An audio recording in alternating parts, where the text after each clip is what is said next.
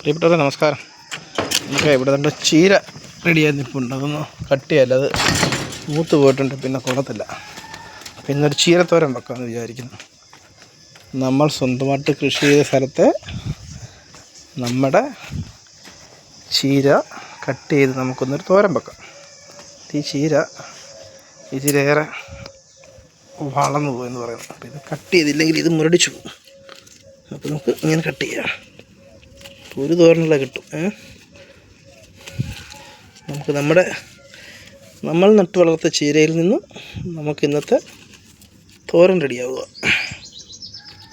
Okay,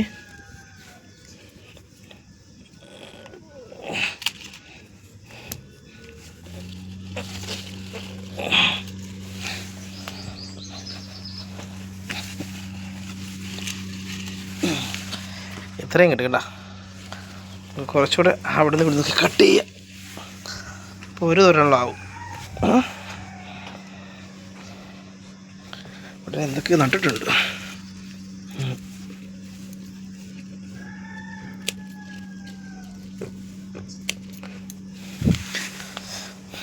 ഞാൻ കിളിച്ച് വരുന്നുണ്ട് കണ്ട, ചെറിയ ചെറിയ ചീരകൾ. ഇതൊക്കെ മൂത്ത് പോയി.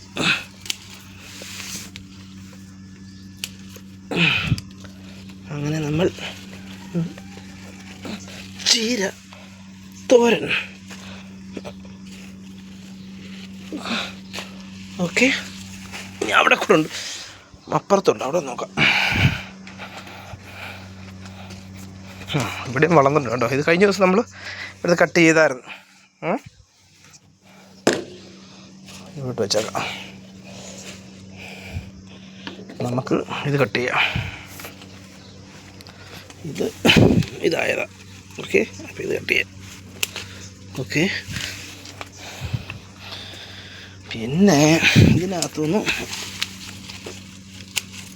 എടുക്കാം.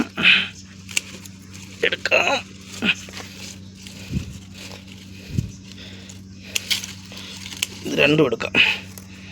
കാരണം അല്ലെങ്കിൽ ഇത് പിന്നെ ഇത് ഈച്ച കുത്തിയിട്ട് ഇതെല്ലാം നഷ്ടപ്പെട്ടു പോകും. നമുക്കൊരു തോരനുള്ള കിട്ടിയാൽ മതി അല്ലേ? ഓക്കെ, മതി ഇല്ലേ?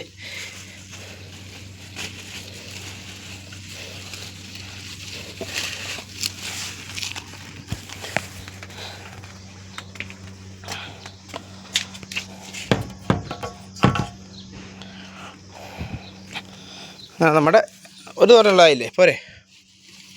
നമുക്കപ്പോൾ ഇന്ന് ഒരു ചീരത്തോരൻ വെക്കാം. ഓക്കെ, മുരിങ്ങയിലൊക്കെ നല്ല സൂപ്പറായിട്ട് തളർത്തിക്കുന്നുണ്ട്.